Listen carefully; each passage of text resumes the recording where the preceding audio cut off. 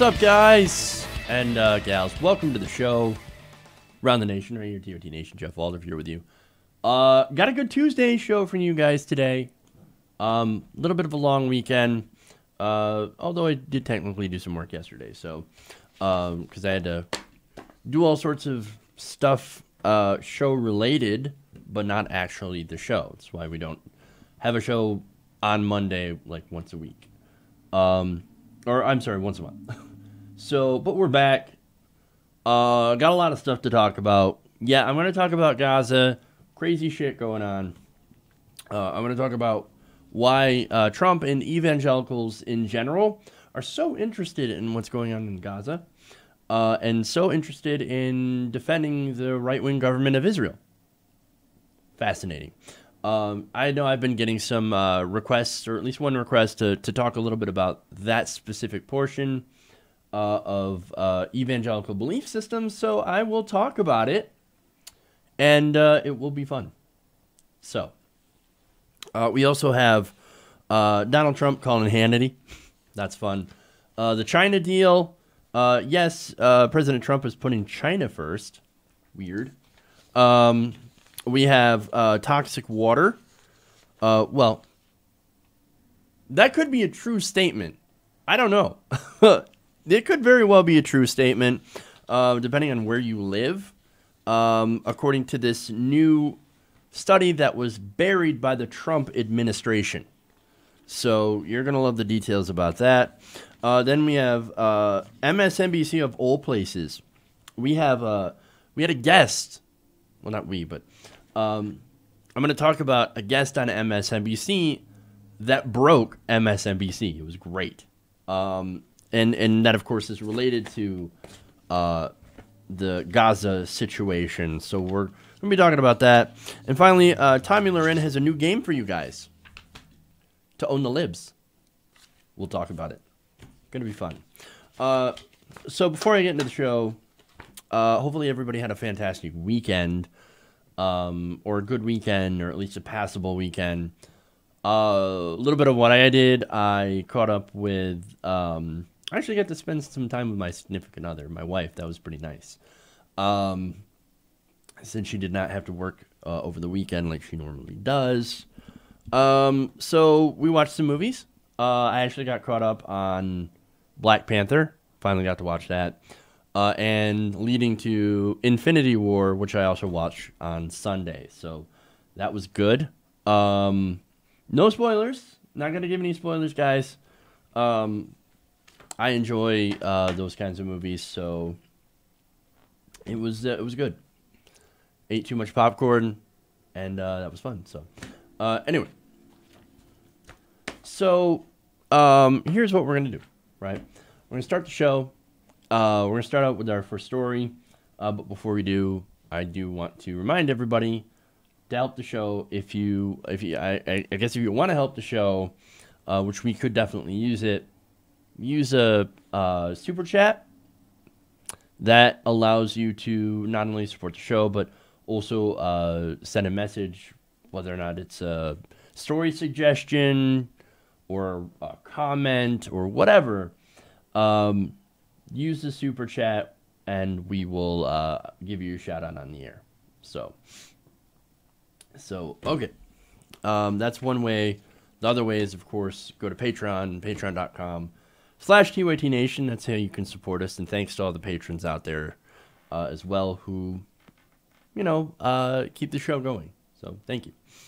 All right. Anyway. I hate competing with aggressive progressives, but it is what it is. I mean, you think I can compete with Jimmy? It's craziness. It's crazy talk. Anyway. So let's start out with Hannity. It should be fun.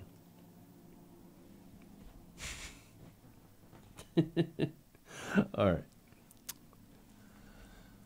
So Donald Trump is the Fox News president. I've said this before, and I'm sticking to it, right?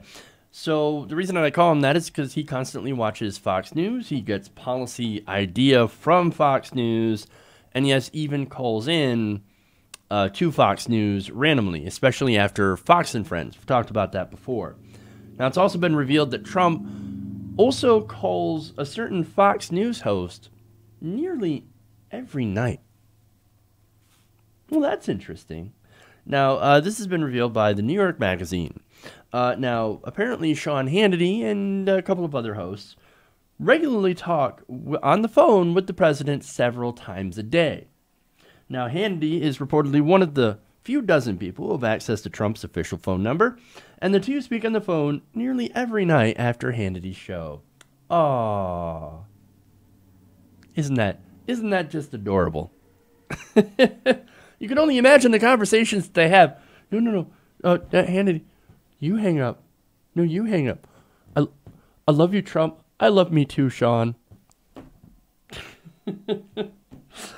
Now, really, according to White House officials, talking about the relationship that Hannity and Trump have, they say that the conversations help Donald Trump to decompress at the end of the day. Decompress. Well, that's interesting, right? So how do they decompress? Well, Trump basically bitches about whatever, whether it be the Mueller investigation or the fact that his poll numbers suck, which actually, to be honest, are getting better, but still suck. The fact that he gets blocked on immigration, and Hannity is just there to soothe him, to console him. There, Donnie. It's going to be okay. It'll be all right. We love you. Now, one former Trump official told the magazine that Hannity's show and other Fox News shows, which often praise Trump's accomplishment and back up his view that the Russia investigation is a witch hunt, put the president in, quote, a weird headspace. Oh, that's interesting. Now, the official referred to this as, quote, a fucked up feedback loop. I love that. Because really, in reality, it is. And what's interesting about this is that this feedback loop ends up being a bit of a pain in the ass to everyone else around him who are actually trying to get work done. This official said, quote, what ends up happening is Judge Jeanine or Hannity will fill him up with a bunch of crazy shit, and everyone on staff has to go and knock down all the fucking fires they started. I love this. But look, this is what happens when an entertainment channel, because you can't in good conscience call what Fox News and what Hannity does news, has unfettered access to the president. Hannity himself has admitted, hey, look, I'm not a journalist. I'm a talk show host. I'm just a talk host. Really? Okay, at least you admit it. At least you admit you're not actually news, but you're entertainment. But yet this guy who does entertainment has access to the president, who is a narcissistic man-child, who is unwilling or unable to think for himself. That's why he gets his policy positions from Fox News, because he has no core positions. He has no values. So whoever kisses his ass the most ends up, well, having some sort of influence. And that's one of the biggest problems here. Now, speaking of influence, another White House official told New York Magazine that Hannity's influence on the president, quote, fills the void left by former chief strategist Steve Bannon, and that Hannity's influence on the president is now on the same level as that of other administration officials. And think about that. So, look, we know most of the administration officials are terrible people with terrible policy positions anyway. But you have Hannity, who regularly peddles conspiracy theories that are like insane conspiracy theories, like freaking Pizzagate, is now super, super influential on the president. Look, even if Hannity doesn't buy his own bullshit, which I have some thought that maybe he does, or, maybe he doesn't buy his bullshit, but it's good for ratings. Well, the president does. And so does the president's base. So Hannity could just be riding the money train by peddling fake news, the way that he's been doing all his entire career, now has access to the president. And of course, look, how are you going to keep up the grift? If this indeed is a grift by Hannity and he doesn't believe anything that he says, well, he's still there. He's still making money. He's very influential. He's got a lot of access, and that is not good for the country.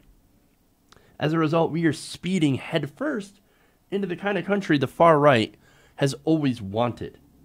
And that, if you're anything other than a wealthy white person, is, at the end of the day, bad news.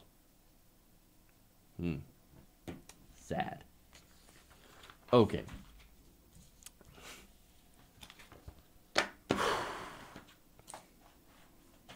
So let's talk about China.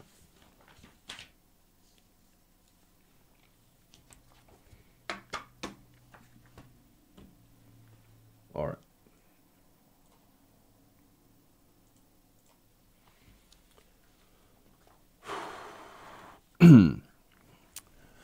Now, during his campaign, President Trump campaigned on the promise of America first, right?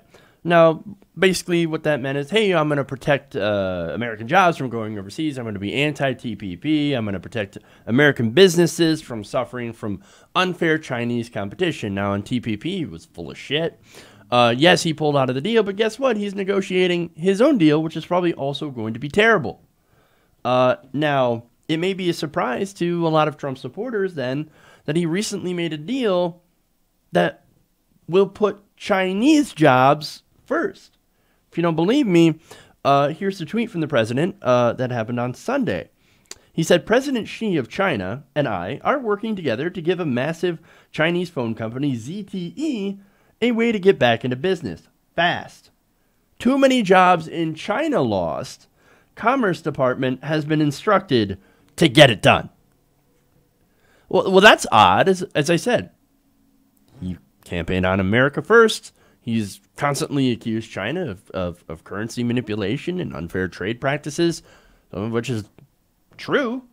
Now he's like, China, Xi and I, man, we're going to help this big Chinese company get back into business because they're losing jobs. They're losing jobs. Got to work fast. Got to work fast.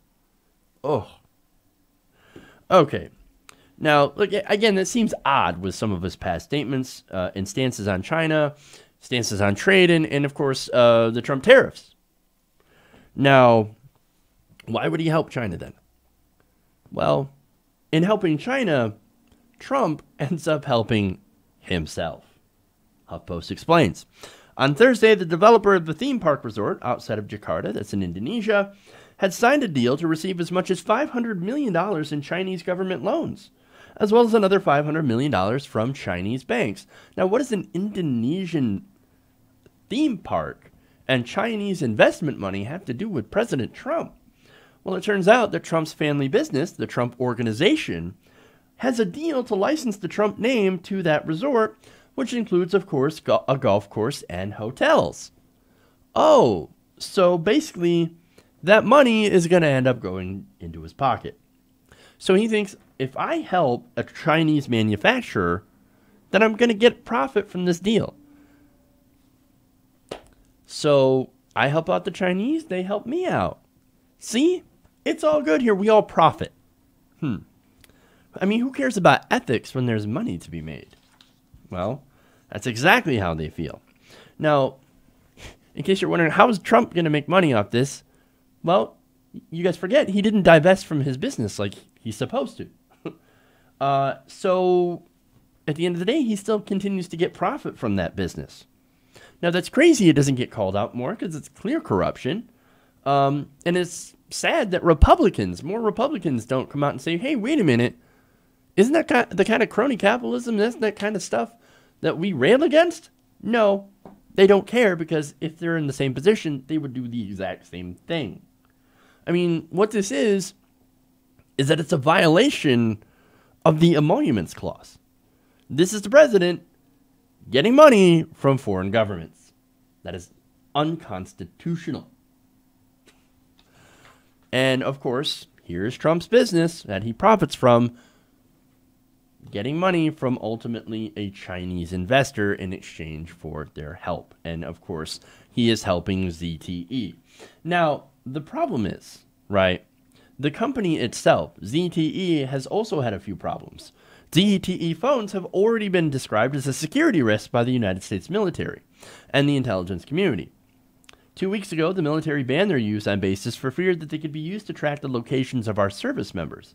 Now, even if you don't care about any of that, Well, you might care about them breaking economic sanctions against both Iran and North Korea. And then, after doing so, they lied about it. They ended up getting fined about $1.2 billion last year for breaking those sanctions.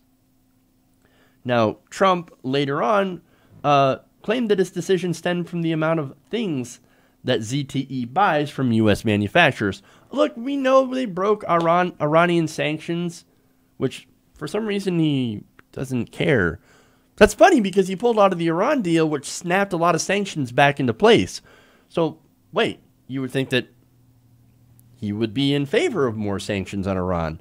But yet, no, he's okay with helping a company who broke sanctions on Iran get back on their feet. Well, it's because they buy a lot of stuff from American companies, and you know, it's part of the trade deal. And plus, I have and this is true, a personal relationship with President Xi. He said nice things about me. Of course, I'm gonna help ZTE. And of course, you have the multi likely $1 million deal with the Indonesian resort, whose money will end up, of course, some of that money, that profit's going to end up right into the pockets of Donald Trump. This is corruption. This is not only corruption, but it's a violation of the Constitution. If you call yourself a constitutional conservative, which I'm sure some of you out there maybe actually are, but if you call yourself that and you end up letting this go, I don't care about the emoluments clause. Let Trump do what he's going to do. He's MAGA. Well, then you're a hypocrite. You don't believe in the Constitution. You don't believe in putting America or jobs first. All you care about is the corruption and how you love that corruption. Only when it's your guy doing it.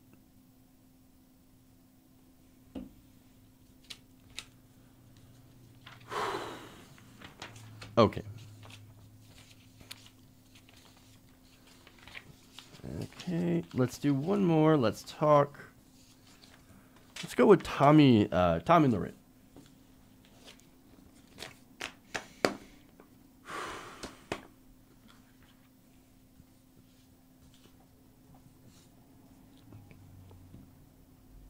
And then we'll get into the serious stuff.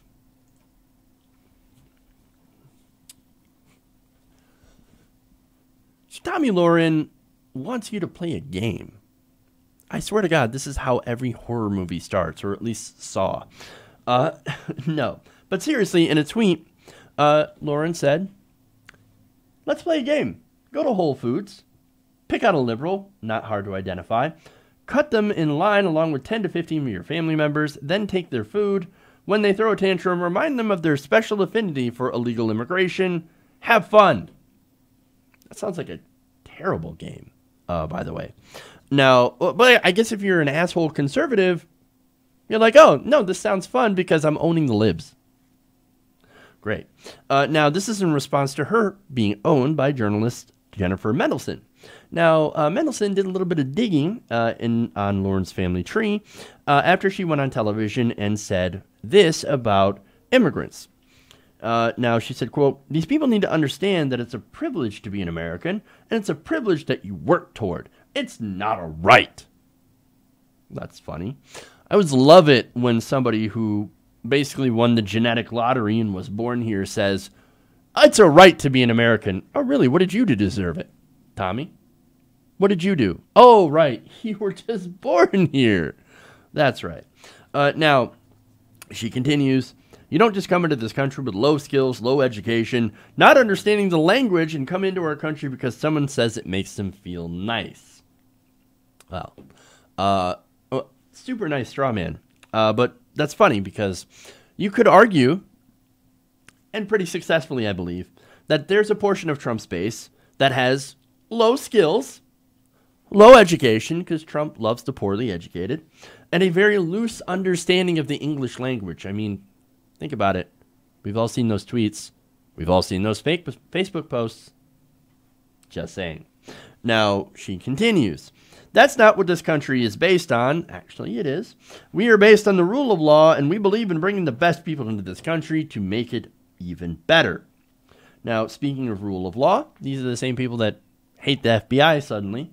and love how Trump breaks the rules. For example, with the China deal and other things, Trump is breaking the emoluments clause. He hasn't divested from his own businesses, and some of those, some of that business by the Trump organization gets funded by foreign money. That's in violation of the emoluments clause in the Constitution. Anyway, now, she also says that we shouldn't be importing poverty. Okay, well, that's fun. And also very interesting because immigrants often, not all the time, but often work harder. They start more businesses, and they get in trouble with the law less than native-born Americans, such as Tammy over there. Just saying. Look, the reason that she doesn't like these immigrants is pretty simple. They're brown. She, like Ann Coulter, are opposed to the browning of America.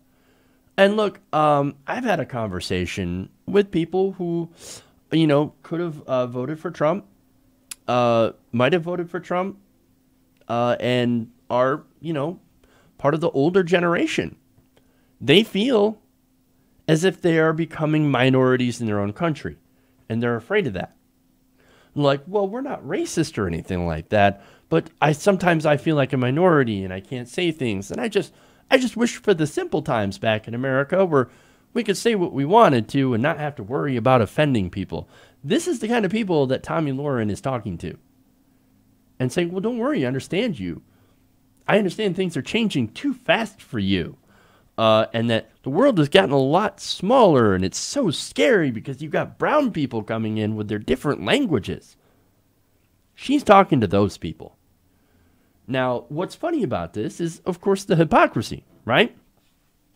I mean, look, Tommy seems to have no problem with white immigrants, right? Because, well, they speak English, they look like us. You'll never even know, right? Now, also because, like a lot of us, her family tree ends up going back into Europe. Now, Mendelsohn noted that according to the 1930 census, Tommy's great-great-great-grandmother had been living in the United States for 41 years. Now, the thing is, contrary to what she was saying, oh, you need to come into the country and learn the language and have skills. Well, her great-great-great-grandmother did not. In fact, she lived there for 41 years and did not know English. She still spoke German.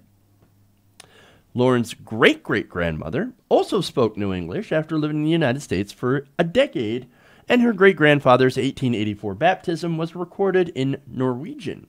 Well, wait a minute. What about learning the language? Well, you got to come here. You got to have skills, and, you got to learn the language. But that's not what her family did.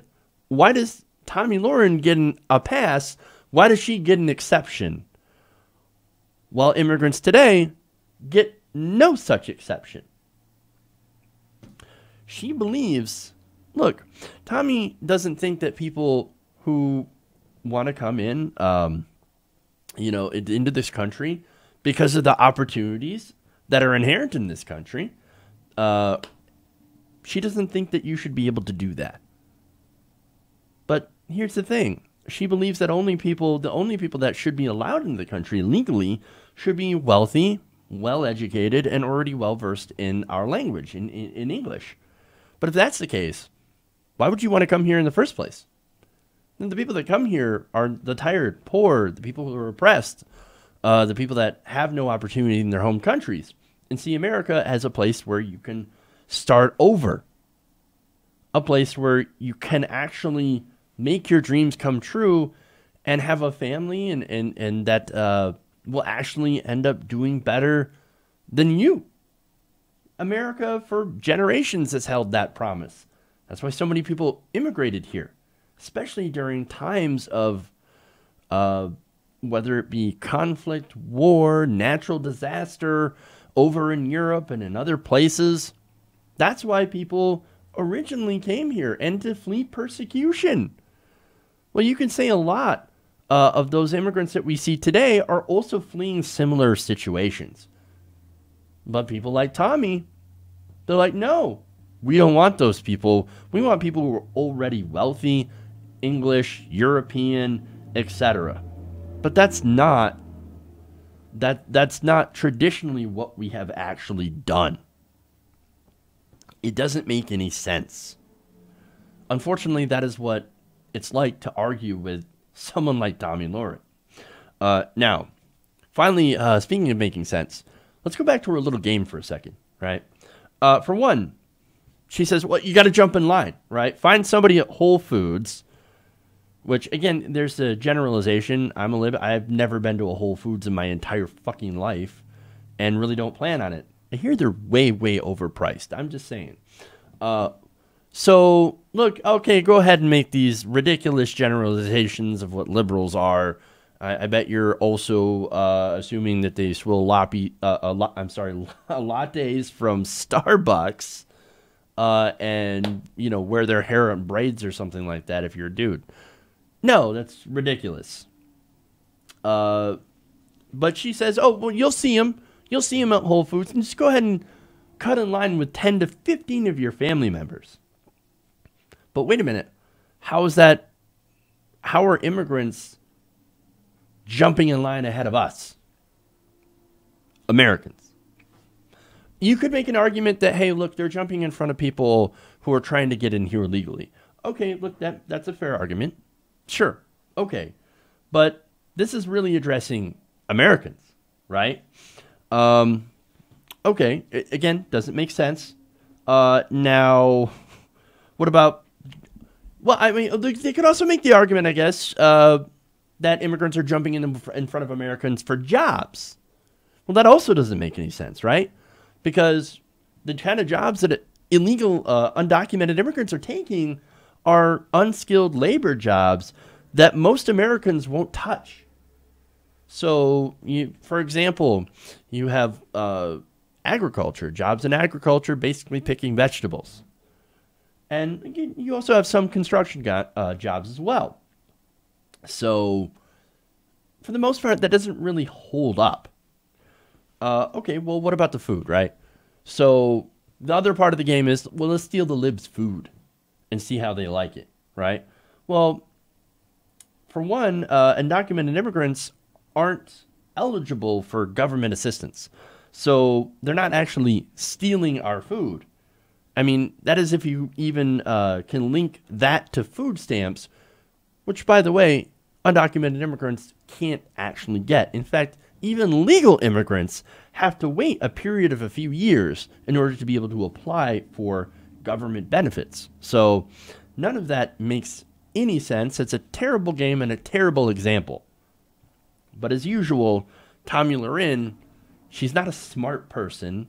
She's not even a decent person. She's a terrible human being and an absolute idiot. Anybody who listens to her, man, and not ironically, also unfortunately falls into the same category of idiot. Okay.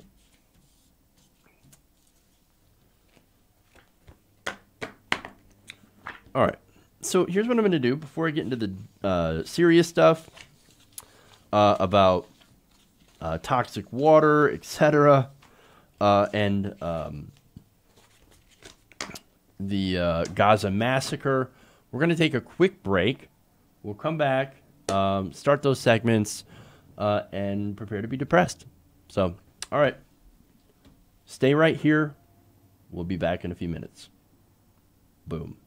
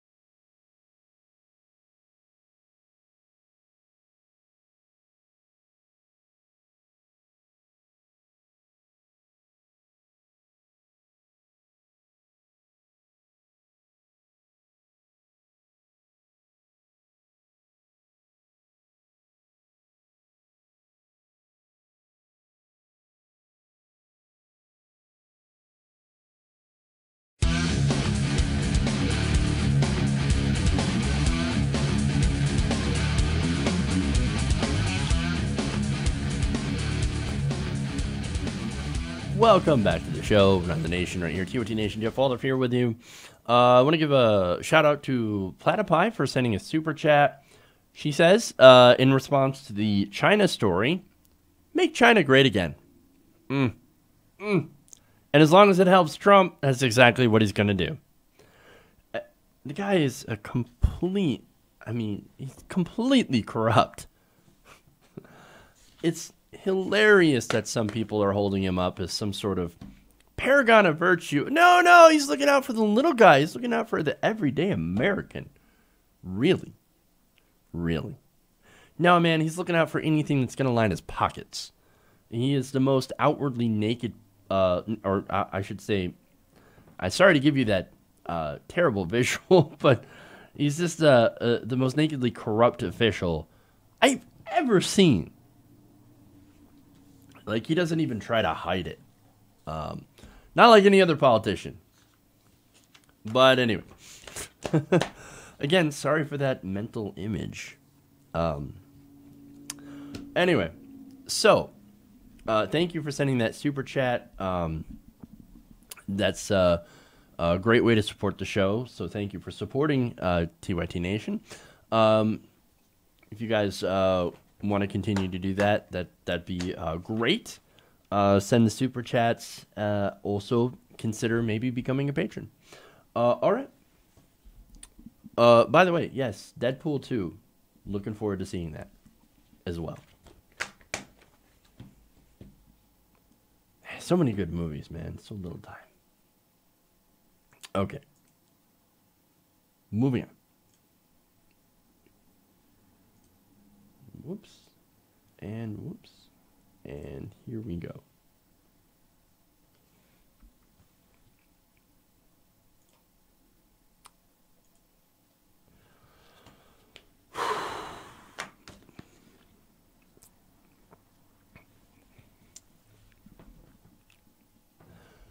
A Princeton University professor just injected a little bit of humanity into a discussion about the recent massacre in Gaza.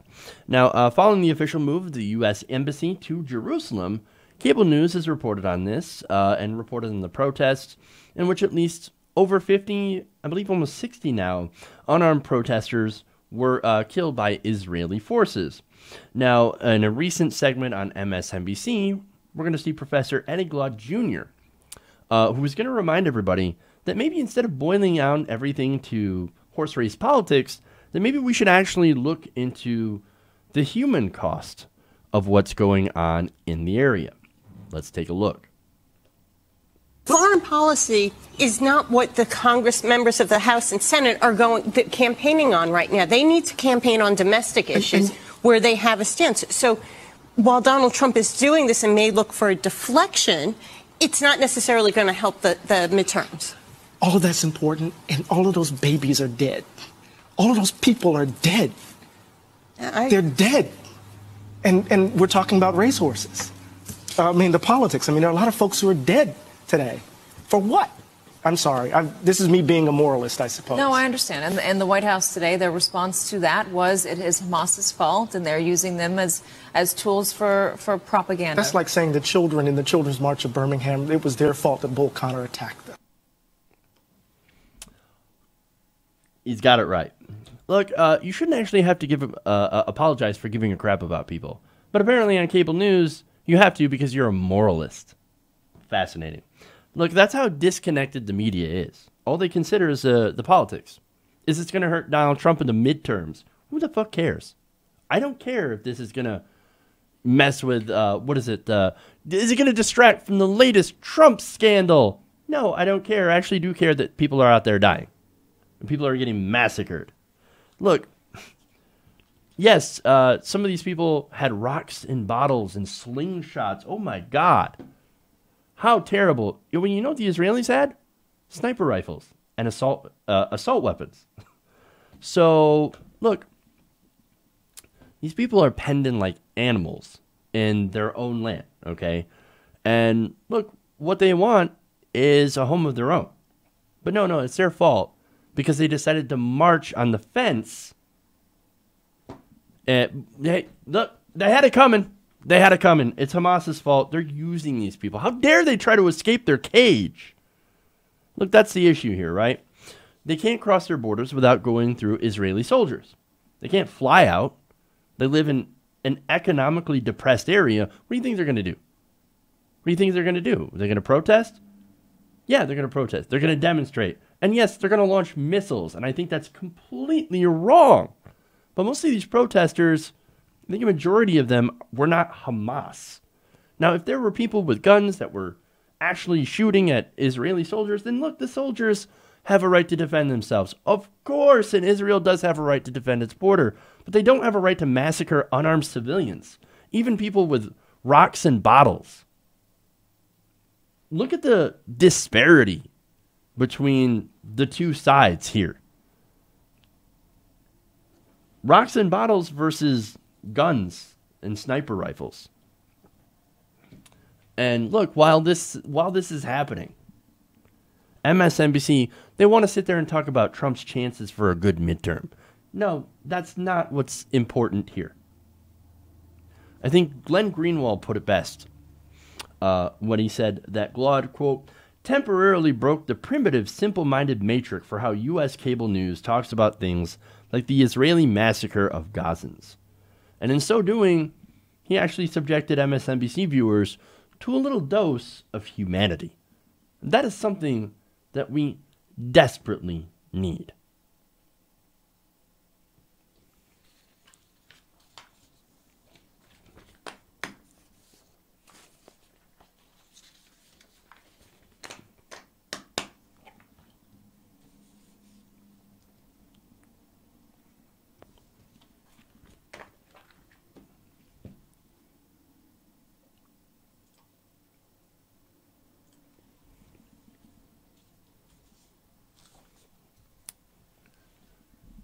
Now, over the last few days, violence has erupted in Gaza over the issue of the U.S. moving its embassy to Jerusalem.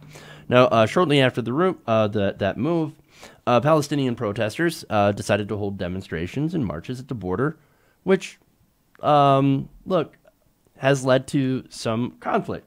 Now, what happened when these Palestinian protesters marched on the border? Israeli forces basically opened fire. They killed 58 people, now up to 60, and ended up wounding over 2,000. Now, in response to what had happened, what's being called a massacre, the UN has called for an investigation into the deaths. Now, I think that's fair. You want to look into it. You want to see who's at fault. Okay, was there Hamas hiding among the protesters? Were they actually endangering Israeli lives? Were they an invading army set to destroy Israel? Okay, let the UN look into it. Well, the Trump administration decided, no, we're not going to do that. We're not going to look into this at all. In fact, we're going to use our power. We're going to completely block this entire thing. Let's not look into it. Let's just go with what Benjamin Netanyahu says. This is a guy who has constantly lied in order to continue doing expansionist policies for the right-wing government of Israel. So, now, you might wonder why the Trump administration is protecting the government of Israel from investigations that could prove the Israeli side of things, right? That they're just defending themselves against the violent extremism of Hamas. I mean, wouldn't that go to actually helping the Israeli cause instead of having the world basically denounce them for what they did in response to these demonstrations? The killing, the massacre of nearly 60 people. Well, it's because the Trump administration has a lot in common with the right-wing government of Israel, with Netanyahu. Now, it's got nothing to do with politics, however. It has everything to do with fundamentalism, fundamentalist Christianity. Now, basically, fundamentalist Christians, evangelicals, have a belief that Jerusalem is supposed to be the capital of Israel. Now, it's currently not. It's Tel Aviv. Now, the U.S., in moving our embassy, says, no, we actually do recognize Jerusalem as the capital of Israel. And that, of course, is a big step towards that fundamentalist Christian ideology. Now, that belief that Jerusalem is the capital of Israel is not shared by the rest of the world, and for good reason. Because right now, it's actually, Jerusalem is more of a divided city because there are 3 different faiths that have a stake, that have a claim in that area. For one, again, this is the Christian Holy Land. It's also the Jewish Holy Land. And by the way, it's also the Muslim Holy Land. So you've got 3 religions with a big vested interest in that city. Evangelicals more so believe that Holy Land had been promised to the Jews by God, and therefore, well, it's got to be the capital of Israel. So, look, what does this have to do with Trump and his support of the right-wing Israeli government? Well, it turns out that Trump has a lot of support among these evangelical voters. So he's like, I don't know, they believe it's the capital of Israel. Sure, well, okay, let's do that. That was a campaign promise that I made, and then I'm going to do it. And that's what's going to happen. Now, let me give you a poll here of what evangelicals believe. That kind of shows you why Trump is doing the way what he's doing and why the rest of the right wing also believes that same thing. Now, 2/3 of respondents in a Lifeway research poll said that this promise, the promise of the land of Israel, the Holy Land, being given to the Jews by God, is that this promise is eternal. So the sons of Abraham and the descendants, Abraham and the descendants of Abraham, they're 100% entitled to this land. So you can't challenge it. You can't divide it. You can't say that we have a 2-state solution. No, all that land belongs to Israel. Well, if we do that, then we're never, ever going to have peace. Ever in our time. But see, they don't care about peace because they say, well, God can't be wrong. God wants this, so that's what we're going to do. Endless war. Endless conflict. That's the problem, right? Now, that's, of course, why evangelicals applaud the embassy, the return of the embassy to Jerusalem is a great thing. Because they think, well, that's just closer. We're now closer to getting Israel back, the entirety of Israel back for the Jewish people. But here's the thing. This isn't actually about the Jewish people. See, here's where we get into weird prophecy, especially the end times prophecy. According to Pastor Nate Pyle, talking to Newsweek, he said, what kickstarts the end times into motion is Israel's political boundaries being reestablished to what God promised the Israelites according to the Bible. Now, that is, as I said, when you start talking about the end times, you start getting into some crazy shit. The Lifeway poll found that 80% of evangelicals believed that the creation of Israel was a fulfillment of biblical prophecy that would bring about Christ's return. Now, this is something that they've been chasing for centuries. Every generation of fundamentalist Christians believe that they were going to be there to witness the return of Jesus. And then, of course, that developed into a belief in the rapture, where Jesus literally sucks everybody up into heaven. So there's a lot of people in America that believe, yes, the stuff that we're doing in the Middle East right now, the stuff that we're doing especially in Israel, supporting the right-wing government of Israel and Netanyahu, well, that's just a fulfillment of prophecy. And it's also, of course, goes back to the belief that Israel belongs to the Jews because God said so, and that we can't have any sort of change, we can't have any sort of compromise, we can't have a 2-state solution, we can't have peace. The Palestinians got to go because Israel owns the whole thing. So that's what's going on here. Okay. Now, another poll conducted by Pew Research back in 2003 kind of backs that up. They found that about 1/3 of Americans said the existence of Israel fulfilled biblical prophecy. More than 6 in 10 evangelicals agreed, and so did more than half of all black respondents. Well, that's interesting because We know that the black community is actually very religious as well. Now, the Lifeway poll also asked evangelical respondents to what factors contribute to their support for the state of Israel. More than 6 in 10 cited God's pledge to Abraham. The third most cited reason was that the existence of Israel was necessary for fulfilling prophecy. More than half of evangelicals said that that was the reason that they supported Israel's existence.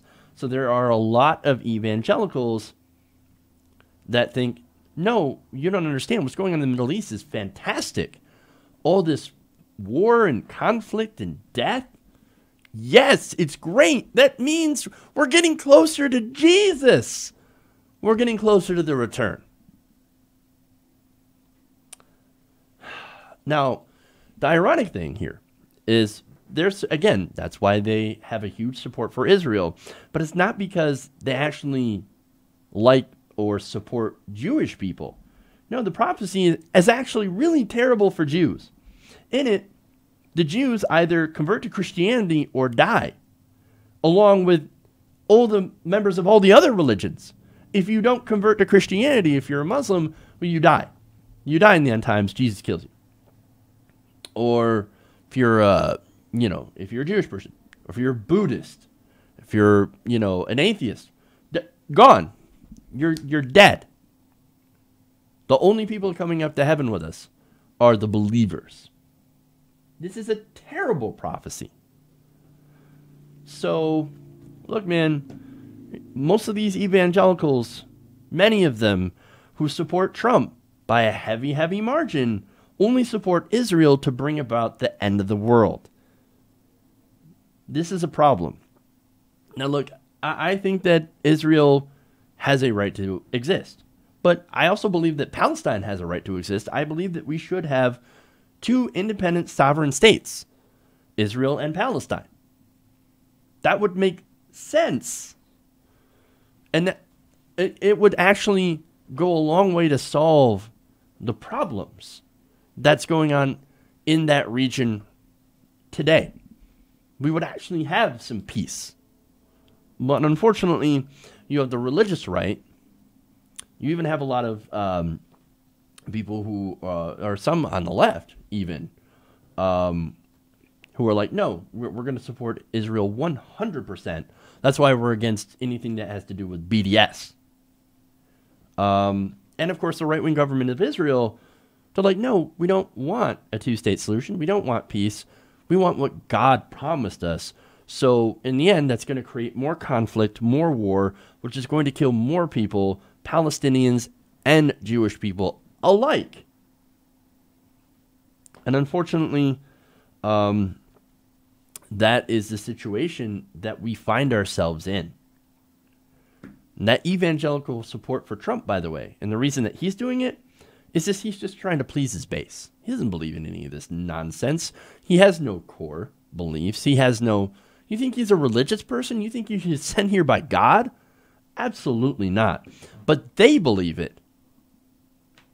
And so that's why they're there. Make no mistakes. There will be no end times. The decision to allow Israel to continue to expand, build illegal settlements, and kill unarmed civilians for doing protests and demonstrations will ultimately continue to fuel this conflict that has no purpose and no end. We actually have to get a 2-state solution. We have to stop the violence. We have to stop the madness before it gets worse.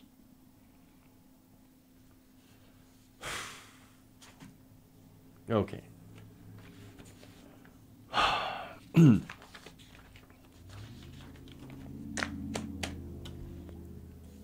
move on. So let's get away from the Gaza situation. And let's get to here. Okay. Now, with the Flint water crisis that continues to go on, the fight for clean water is an issue among many different communities. Flint is just one example. West Virginia is another example where Paula Jean Swearengin, she ran an entire campaign against centrist corporate Democrat Joe Manchin on the policy of actually trying to make sure that everybody in West Virginia has access to clean water. It's amazing to think that in the richest country in the world, in America, that a lot of citizens don't have access to clean water. A lot of people might be like, no, it's just isolated communities that have toxic water or contaminated water. It's not a lot of places. It's just a couple of specific places, right? Well, unfortunately, to a report that has been so far unreleased, that is simply not true. In fact, millions of Americans now are thought to be exposed to contaminated water. Now, let me give you some details here. According to Politico, the EPA under Scott Pruitt and the White House recently blocked publication of a federal health study on nationwide water contamination. Well, wait a minute. The Trump administration and the EPA blocked this study. That's why it is so far unreleased. Now, the intervention earlier this year, they write, not previously disclosed, came as HHS, Agency for Toxic Substances and Disease Registry, was preparing to publish its assessment of a class of toxic chemicals that has contaminated water supplies near military bases, chemical plants, and other sites from New York to Michigan to West Virginia. The study would show that the chemicals endanger human health at a far lower level than EPA has previously called safe, according to leaked emails. Now, this is a leaked email scandal that I can definitely get behind. But first off, so we know kind of what the gist of what the report says. It turns out that these toxic chemicals are actually more toxic and more unsafe at lower levels than we thought, meaning that there are more places that are now more communities that are exposed to contaminated water that can have big health effects. So why hide that? Well, because in the words of one White House aide, that this would turn out to be a, quote, PR nightmare. The public, media, and congressional reaction to these numbers is going to be huge, according to one unidentified White House aide, who said that in an email forwarded on Jan 30th by James Hertz. Now, Hertz is a political appointee who oversees environmental issues at the Office of Management and Budget. So these are Trump appointees, right? Now, the email added, the impact of the EPA and the Department of Defense is going to be extremely painful. We, DOD and EPA, cannot seem to get the Agency for Toxic Substances and Disease Registry to realize the potential public relations nightmare that this is going to be. So think about that, right? I mean, there it is. That's the email. So like, we just can't get them to understand how bad this would look for PR, man. I mean, the fact that they've been drinking contaminated water all this time and we didn't tell them before, that's going to be terrible for us politically. Now, you want to talk about political correctness, right? That's what this is. Look, Americans have a right to know. I mean, don't we have a right to know that our water's contaminated? That we're drinking poison? But no, they decide we don't have a right to know. And that anybody who tries to expose it is just creating a PR nightmare for them. Well, gee, I wonder why it's going to make them look bad. Now, unfortunately, as I said before, they buried this entire report.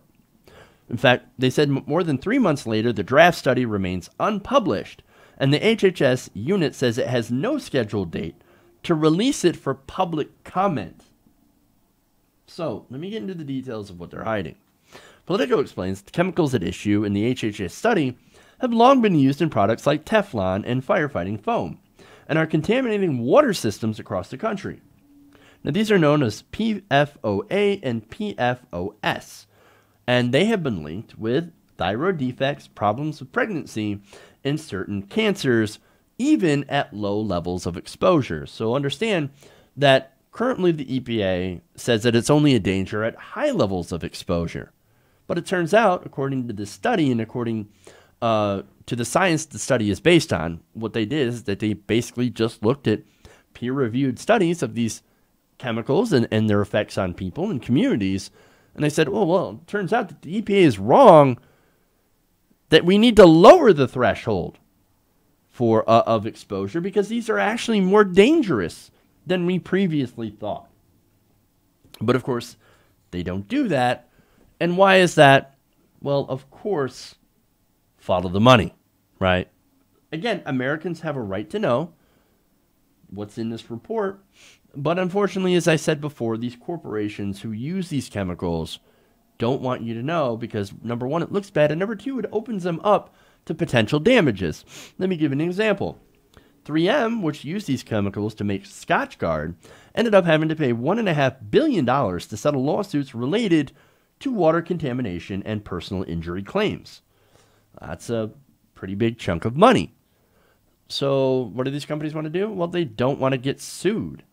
So they're like, hey, friends in the EPA, friends in the Trump administration, let's keep this on the down low. We don't care that we're poisoning people. We don't care that our chemicals are causing harm and damage to these communities. We don't care. That's just, it looks bad for us. It looks bad for you. And so, let's keep it low. Now, it's not just the corporations, but it's also the Defense Department. Now, they use these chemicals for exercises at bases across the country.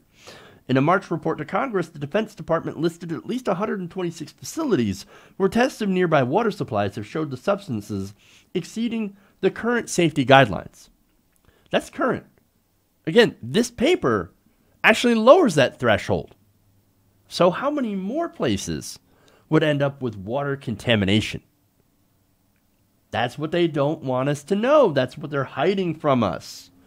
Now, the study concluded that the chemicals are more dangerous than previously thought, could dramatically increase the costs of cleanup sites like military bases and chemical manufacturing plants, and force neighboring communities to pour money into treating their drinking water supplies. Now, when I read that in this piece, I said, wait a minute, why is it the community's responsibility to clean up the mess of the corporations? That's their chemicals. They put it into the water. Or they let it leak, they let it run off. Or in some cases, an administration official is like, go ahead and dump your waste into the river. We don't give a shit. Or dump it into the ground where it leaches into the groundwater. That's fine. Go ahead and dump your shit wherever you want. What do we live in a democracy? No, we live in an oligarchy. We control it through our campaign bribes. We bribe you guys to shut the fuck up and do whatever we want you to do. And that's what's going on here. Now, another example of how we live in an oligarchy is the fact that when it comes to a corporation, when they create a mess, well, they don't pay for it. No, we privatize the gains in this country and we socialize the losses. The corporation makes all the money, we get stuck with the mess, and we end up having to pay the damn bill. So, and now Pruitt, of course, is one of the biggest, staunchest defenders of corporations and corporate control, says, look, I don't want this to get out. No, let's handle it internally. And let's not have this report get out to the people, even though that there are still people out there to this day that are drinking that water and have no idea that they are being poisoned. Now, according to the article, the discussions about how to address the study involved Pruitt's chief of staff and other top aides that included a chemical industry official that now oversees EPA's Chemical Safety Office. So what we have here is look, it's sort of a normal thing in America that we have industry officials that are in positions that oversee the industry that they had worked in and will work in after they get out of government. It's a crazy system, but unfortunately, we have been conditioned, because it's been like this for most of our lives, that this is actually super normal. But it's not. It's insane, and it leads to stuff like this. And it leads to them, of course, using their power to protect these companies from legal damage. Even as experts say that this contamination is so widespread that the chemicals are found in nearly every water supply that they have tested. This is your government on corporations. Scott Pruitt and the EPA now under him and the Trump administration are basically guilty. Now that they have this information, now that they know, they're guilty of the continued poisoning of our own people. If it were any other country that were found to have been doing this, we would have bombed them by now. But Pruitt, his aides, the Trump administration, even Governor Snyder here in Michigan, when it comes to Flint, they get away with it because they are wealthy and they are powerful, and we don't actually live in a democracy anymore. We live, as I said, in an oligarchy where money controls everything. What we need is a political revolution in this country to take it back from the oligarchs, to take it back from the corporations. They are literally poisoning us now. They're killing us. They're making sure that we end up, through their schemes to make more money, that we end up getting health, birth defects, cancers, and all this terrible stuff. Because they just want to make more money for their shareholders. We have got to take back the government from these machines and give it back to the people.